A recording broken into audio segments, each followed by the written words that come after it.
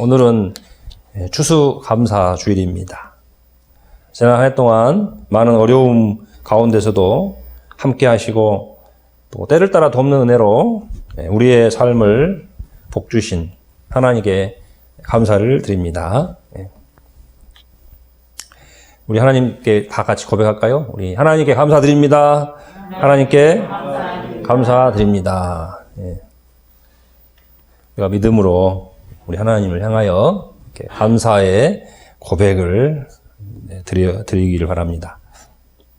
오늘은 추수감사절을 맞이하여 특별히 지난 한 해 동안 우리 교회 가운데 주신 은혜를 제가 한 5가지 정도 이렇게 한번 생각해보고 적어보았습니다. 많은 제목들이 있겠지만 시간 관계상 한 5가지 정도만 이렇게 나누도록 하겠습니다.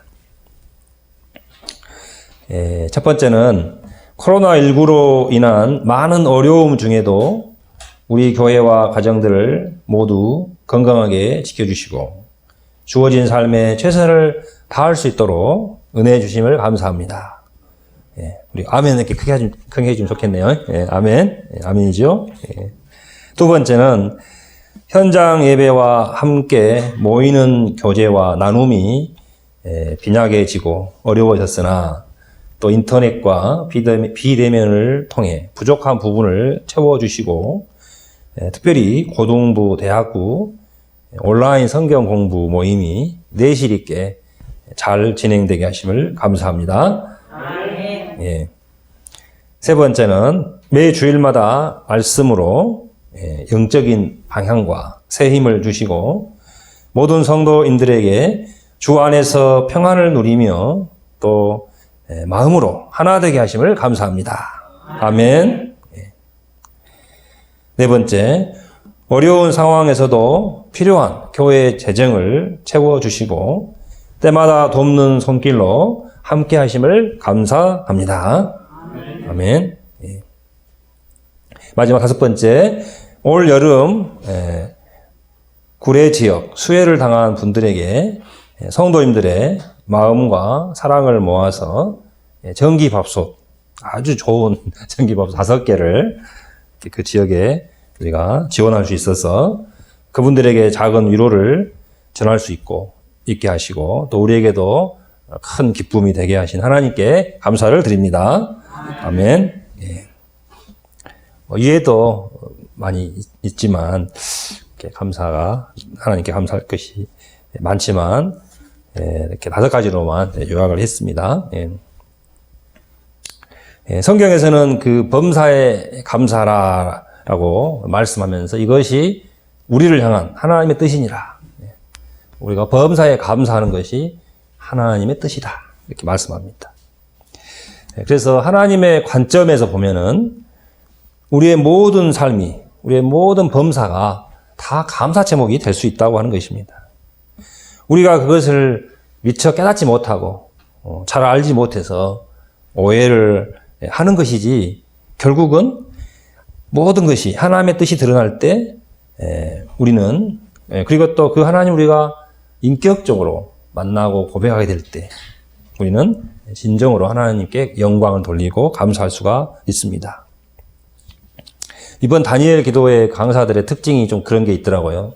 다들 이렇게 어려움과 고난 중에 하나님을 만나서 그 속에 하나님의 뜻을 발견하고 이제 새롭게 더 이렇게 하나님께 나아가는 그런 신앙들, 그런 삶들, 고난 속에 오히려 이렇게 하나님께 영광을 올리는 이런 간증들을 이렇게 많이 하는 걸 보면서 굉장히 좀 은혜가 되고 힘이 됐습니다. 오늘 우리가 함께 읽었던 시편 108편 이 다윗의 찬송시라고 합니다. 다윗의 찬송시인데 이 다윗의 찬송시의 그 고백 자체가 그 다윗이 그 어려운 가운데 가장 어려운 가운데 있을 때 하나님께 올리는 찬송시라고 하는 것입니다. 108편은 이 다윗의 찬송시인 시편 57편과 시편 60편을 일부 그 2개의 시편을 혼합하여 편집한 혼합시라고 합니다. 혼합시. 그러니까 그 다윗이 지었던 그 찬송시였던 57편과 60편을 후대에 이스라엘 백성들이 이제 그걸 편집해서 하나님께 나아갈 때 드리는 찬송시로 이렇게 편집을 했다고 하는 것이죠. 오늘날로 하면은 일종의 이것이 뭐라 하면 찬송가라 할 수 있습니다. 찬송가. 우리가 이렇게 예배 때마다 찬송가를 부르듯이 이러한 시편을 하나님 앞에 나아갈 때 찬송하며 나아갔다고 하는 것입니다. 우리는 이 시편을 통해서 어떠한 상황에서도 하나님을 찬양해야 하는 이유가 무엇인지, 그리고 찬양하는 자의 마음은 어떠해야 하는지 우리가 배울 수 있습니다. 오늘 시편의 찬송이 우리에게 큰 은혜가 되고 감사의 삶으로 나아가는 축복의 통로가 되어지길 주님의 이름으로 기도드립니다. 먼저 1절부터 5절까지는 시편 57편을 그 배경으로 하고 있습니다. 우리 다시 한번 1절로 5절 읽어봅니다. 시작. 하나님이여 내 마음을 정하여 싸우니 내가 노래하며 나의 마음을 다하여 찬양하리로다. 비파야 수고마 깰지어다. 내가 새벽을 깨우리로다. 여호와여 내가 만민 중에서 주께 감사하고 문나라 중에서 주를 찬양하오리니 주의 인자하심이 하늘보다 높으시며 주의 진실은 궁창에까지 이르나이다. 하나님이여 주는 하늘 위에 높이 들리시며 주의 영광이 온 땅에서 높임 받으시기를 원하나이다. 이 시편 57편 보면 그 부제가 있어요. 그 제목이 붙어 있는데 그 제목이 뭐냐면 다윗이 사울을 피하여 굴에 있을 때라고 되어 있습니다. 그러니까 다윗이 사울 왕에게서 도피 생활할 때 지었던 시라고 하는 것입니다. 다윗은 15세에 기름을 부음받았으나 이 사울 왕의 시기로 20대부터 약 10년간 도망자 생활을 해야 했습니다. 도피 생활을 해야 했습니다. 한번 생각해 보십시오. 다윗은 하나님이 이제 사울 왕을 대신하여 이제 왕으로 기름을 부음 받았어요. 15세에. 그런데 20대부터 30살까지 약 10년 동안 계속 오히려 사울 왕의 시기로 인해서 죽음의 위기를 계속 이렇게 당하면서 도망자 생활을 해야 했다고 하는 것입니다. 그런데 다윗은 아무 잘못이 없잖아요. 지금 아무 잘못이 없는데도 불구하고 이 사울 왕의 권력욕의 누님은 사울에게 쫓겨가지고 이렇게 죽을 고비를 계속 넘겨야 하는 그런 상황이었다고 하는 것입니다. 이 시편을 기록하던 당시에도 이 사울을 피해 굴에 있었다고 하는 겁니다. 굴. 그러니까 막 이렇게 그 이스라엘 지형은 막 이렇게 엥게디라고 하는 그런 곳에는 막 이렇게 막 그 굴 같은 것이 있기, 바위 굴들이 많이 있어가지고 그런 곳에서 피해가지고 이렇게 살았다고 하는 것이죠. 예. 그런데 이런 상황에서도 다윗은 하나님을 지금 찬양하고 있다고 하는 것입니다. 우리가 이 배경을 생각해 보면, 야, 과연 이런 상황에서도 하나님을 찬양할 수 있을까? 오히려 하나님 원망할 수 있잖아요. 왜 하나님 나를 택하셔가지고, 내게 기름 부어가지고, 이렇게 나는 막 승승장구 할 줄 알았는데, 완전히 이거 뭐, 10년 이상을 그냥 도피 생활 해야 되고, 그죠? 야, 그런 것을 생각하니까 하나님 원망도 될 수 있잖아요. 하나님 원망될 수도 있고. 사울 왕이 정말 증오심과 미움으로 이렇게 막, 그렇게 막 괴로운 삶을 살 수도 있었을 텐데, 그럼에도 불구하고 다윗은 그 가운데서도 하나님을 이렇게 찬양하고 있다고 하는 것입니다. 1절에 보니까 하나님을 노래하고 하나님을 찬양하기로 어떻게 해요? 마음을 정했다. 내가 마음을 정했다. 하나님이여 내 마음을 정하였사오니 내가 노래하며 나의 마음을 다하여 찬양하리로다. 그러니까 찬양하기로 나는 그럼에도 불구하고 나는 감사하기로 찬양하기로 결심했다. 이렇게 고백하고 있는 것이죠. 그러면서 비파야 수구마 깰지어다. 내가 새벽을 깨우려다. 그 유명한 말씀. 내가 새벽을 깨우려다. 우리 같이 해봅시다. 비파야 수구마 깰지어다. 내가 새벽을 깨우려다. 시작. 비파야 수구마 깰지어다. 내가 새벽을 깨우리로다. 비파와 수금은 이 하나님을 찬양하는 도구이잖아요. 그런데 지금 찬양할 수 없는 상황이기 때문에 이 찬양 도구가 전혀 지금 우리 코로나 시국에 우리 찬양을 못했잖아요. 계속 오랫동안. 그래가지고 막 이 기타 줄이 녹슬어가지고 지난주 거니까 바울이가 다 튕겼는데 떨어져 버리더라고. 녹이 쓰러 있었던 모양이에요. 다시 갈아가지고 탁 이제 기름칠하고 찬양하잖아요. 그러니까 이 비파와 수금이 지금 완전히 잠들어 있는 상태. 아무도 찬양할 수 없는 상황이다. 그런 의미잖아요. 그러나 나는 비파와 수금을 이제 깨우겠다. 찬양하겠다는 겁니다. 지금 굉장히 은유적인 표현이죠. 그리고 새벽을 깨우려다. 이게 무슨 의미겠어요? 새벽은 모두가 잠들어 있는 시간 아닙니까? 가장 밤이 깊어지는 시간, 깊고 아무도 찬양할 수 없는 시간. 모두가 잠든 영적인 잠에 취해 있는 그런 상황에서도 나는 새벽을 깨우겠다. 나는 그 찬양할 수 없는 그 시간에도 나는 하나님을 찬양하겠다는 의미입니다. 우리가 이 말씀 가지고 새벽 기도하자 이렇게 이제 많이 이제 적용도 하고 그러긴 하지만 찬양을 하겠다는 것입니다. 다윗의 강력한 의지가 포함되어 있는 표현입니다. 그러면 다윗은 무엇 때문에 왜 이렇게까지 하나님을 찬양할 수 있었습니까? 그 이유가 4절에 나와 있습니다. 4절. 다시 한번 4절 읽어봅시다. 4절 시작. 주의 인자하심이 하늘보다 높으시며 주의 진실은 궁창에까지 이르나이다. 주님의 인자하심과 진실하심. 네, 하나님의 인자와 진실함을 인하여 내가 이렇게 찬양하겠다는 것입니다. 주님의 인자하심은 히브리어로 헤세드라고 합니다. 헤세드. 많이 들어봤죠? 헤세드. 이게 무슨 의미냐면 자기 백성을 끝까지 지키시는 하나님의 언약적인 사랑을 의미합니다.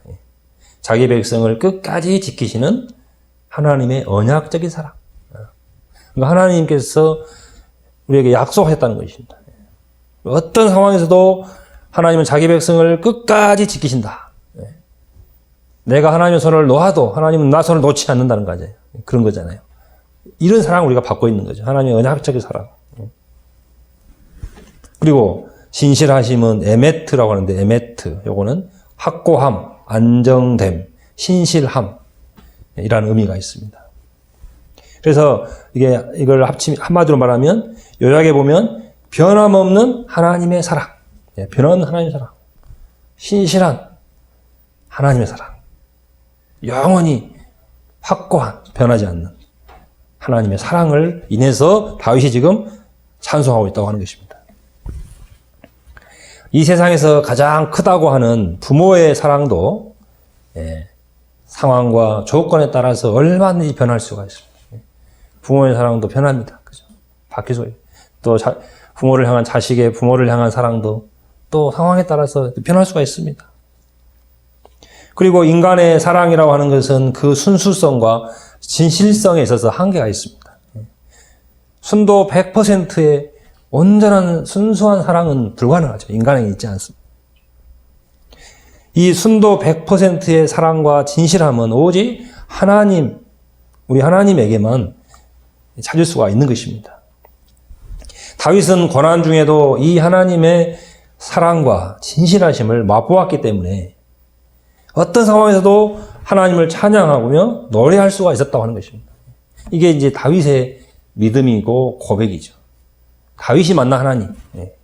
시편 23편. 그것도 마찬가지. 우리가 좋아하는 시편 23편.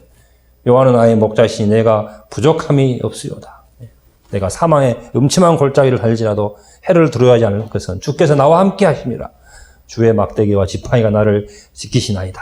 그러잖아요. 다윗이 그 사막의 음침한 골짜기를 다니는 그 상황에서도 하나님이 막대기와 지팡이로 나를 보호하시고 목자가 되어서 함께 하시는 것을 이 다윗은 경험한 거예요. 체험을 했습니다. 하나님을 만난 겁니다. 상황과 조건은 그대로인데 그 상황 속에서도 함께 하신 하나님을 만난 거예요. 인격적 하나님 만나신 거예요. 만난 겁니다. 그러니까 그 하나님 때문에 이렇게 찬양할 수 있었다고 하는 것입니다.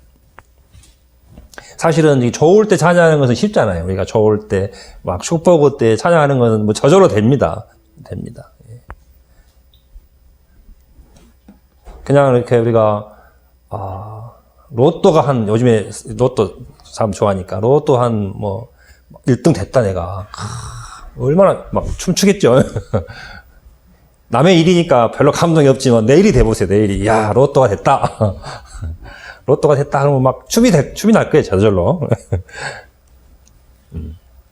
근데 그것보다 더 큰, 로또는 그때 좀 잠시 기쁘고 막 하지만은, 또 그것 때문에 얼마나 또 이제 그 돈을 지키려고 얼마나 힘듭니까? 힘들고 막 그렇잖아요. 근데 그런 것과 비교할 수 없는, 그죠? 영원하신 하나님, 생명의 하나님이 나와 함께하고 계신다. 나를 지켜주고 계시고. 그래서 내 인생을 하나님께 맡기니까 부족함이 없음을 경험한 거예요, 다윗이. 그러니까 막 하나님을 이렇게 내가 찬양하겠다, 이제 감사하겠다고 이렇게 결심을 한 겁니다. 그래서 이 세상에서 가장 행복한 사람은 누군가? 가장 행복한 사람은 하나님의 사랑을 이렇게 진실로 맛보고 누리고 사는 사람입니다. 믿습니까? 이 세상에 가장 행복한 사람이 누군가? 하나님의 사랑을 진실로 맛보고 그 사랑을 누리고 있는 사람이에요. 그 사람이 가장 행복한 사람입니다. 그걸 맛본 사람만이 알아요. 맛본 사람만이. 그걸 맛보고 나면, 하나님의 그 놀라운 그 은혜를 맛보고 나면, 그냥 이 세상 그 어떤 것과도 비교가 안 되거든요, 그거는. 비교할 수 없는 것이죠. 그러니까 다윗이 그걸 맛보았기 때문에 이렇게 감격하고 있는 것입니다.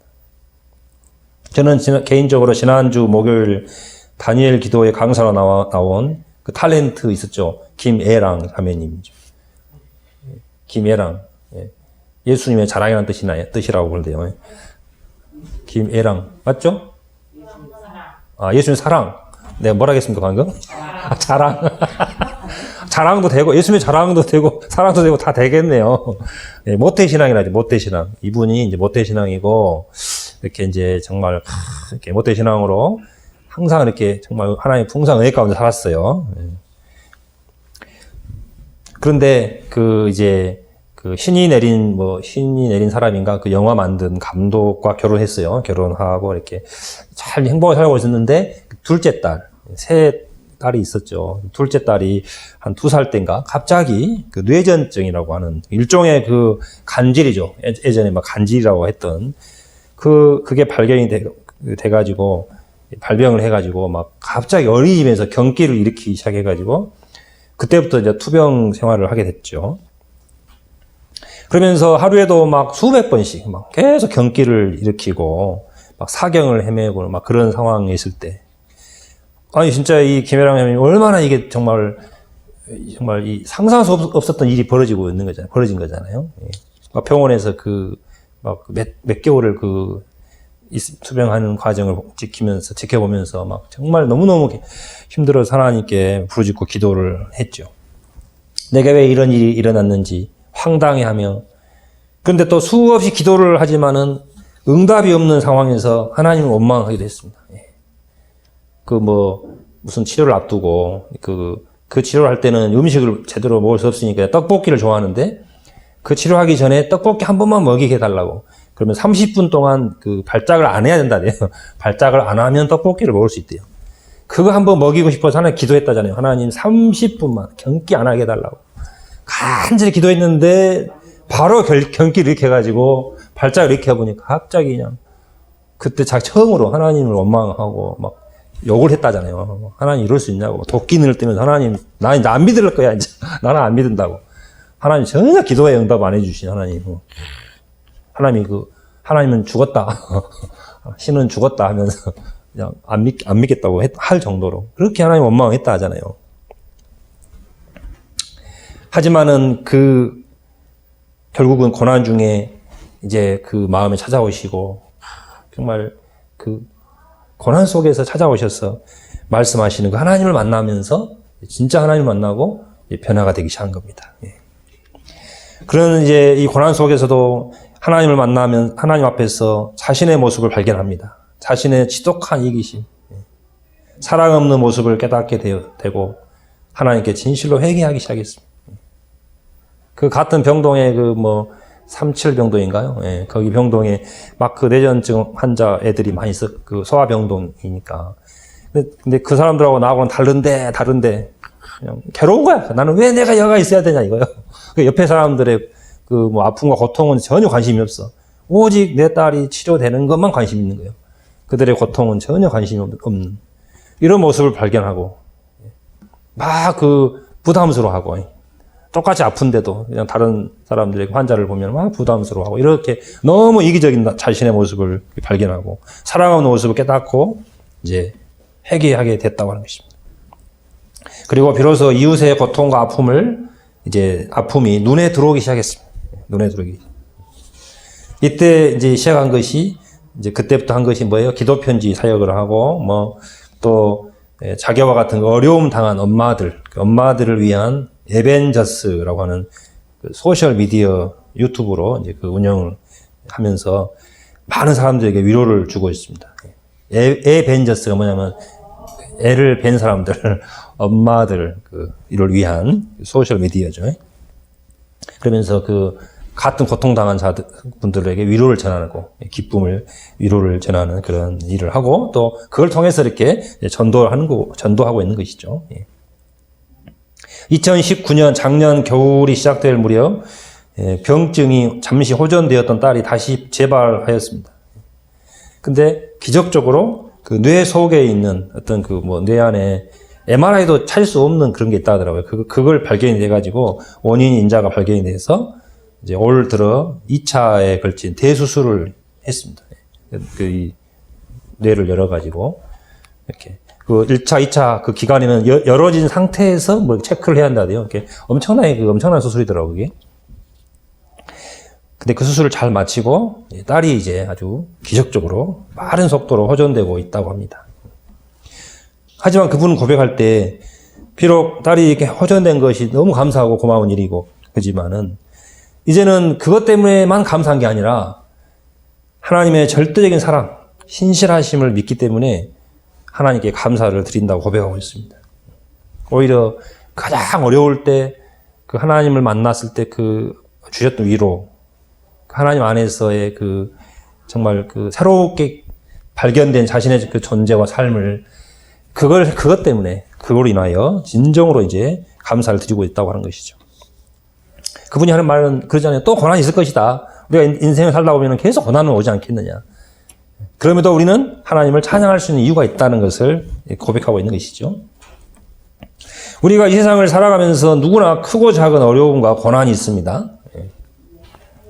최근에 성현이가 날씨가 추워지고 밤 10시까지 야자를 하면서 무리가 됐는지 뭐 지난주에 목이 막 붓고 아파서 학교 가는 것을 아주 매우 힘들어 했습니다.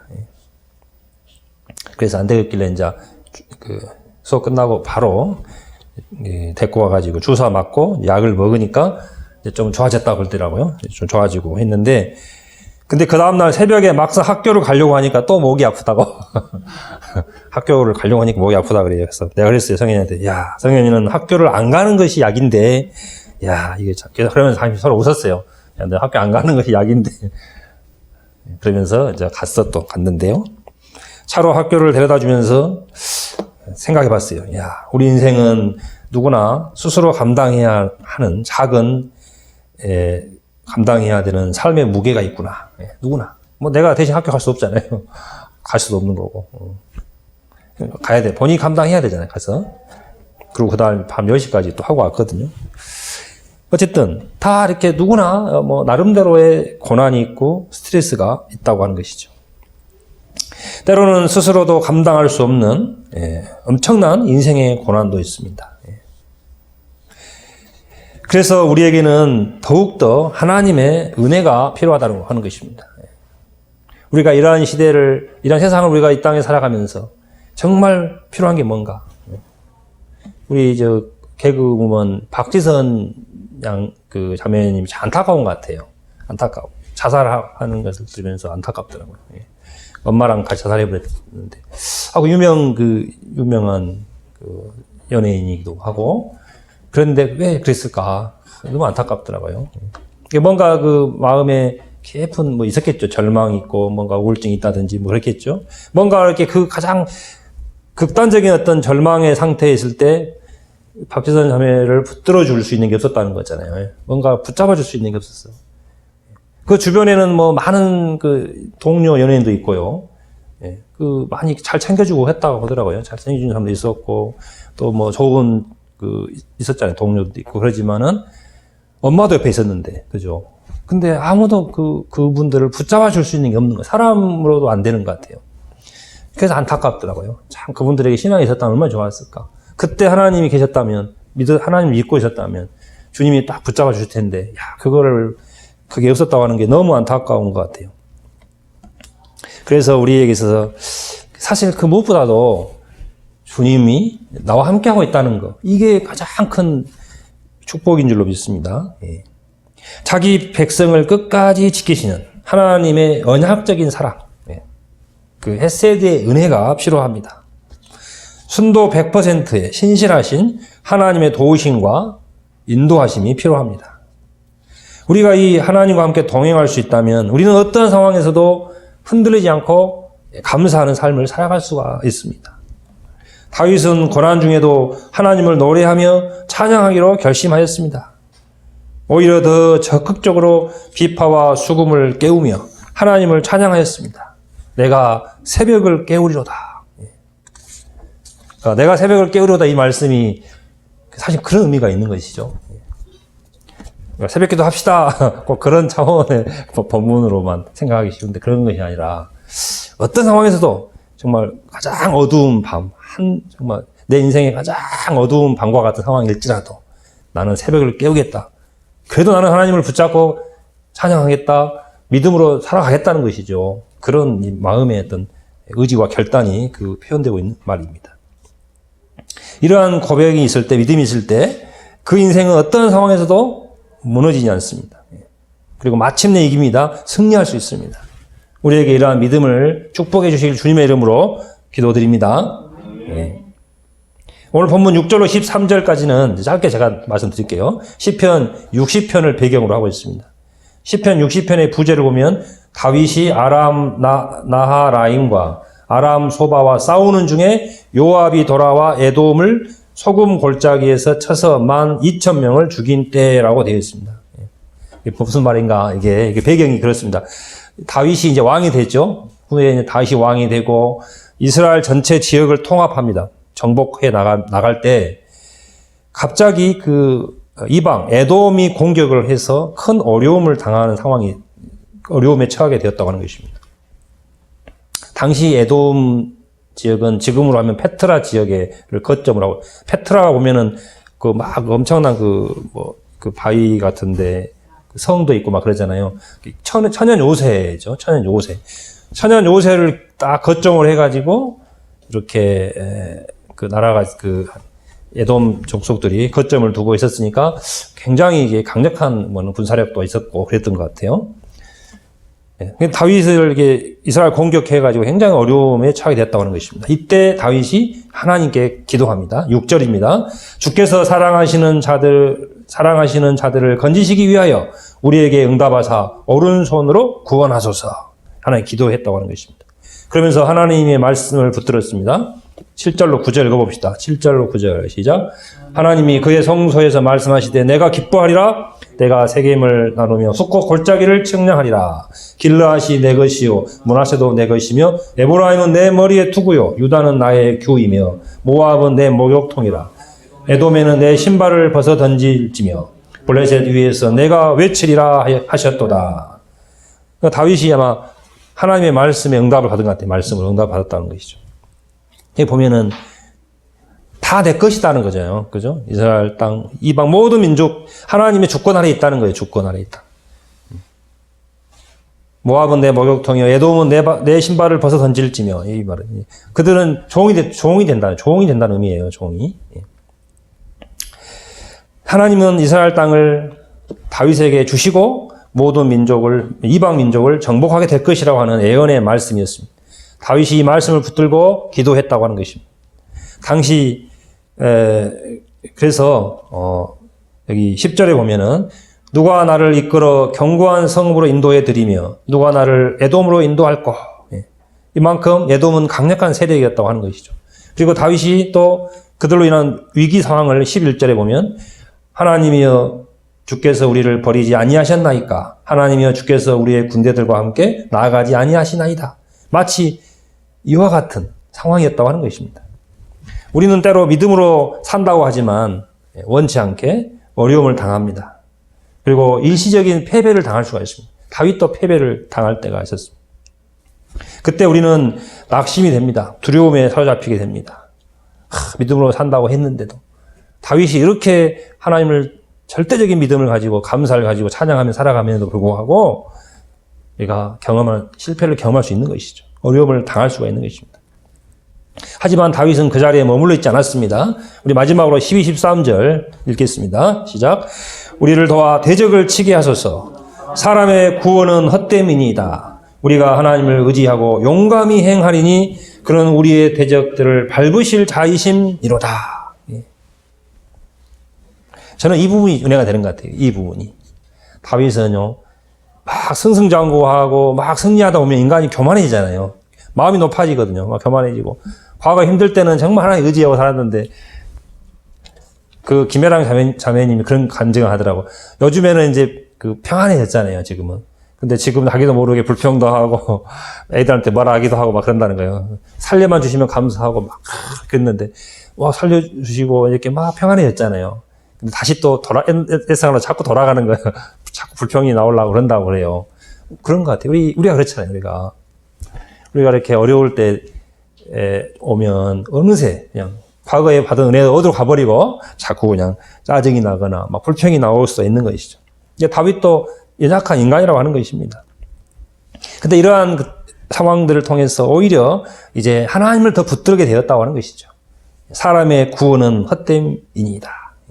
다윗은 많은 전쟁을 통해 나름대로 경험과 노하우가 있었으나 그리고 다윗과 함께하는 사람들이 많이 있었으나 다윗의 용사들이 늘 함께하고 있었으나 다윗은 결코 이제 자신을 의지하지 않겠다.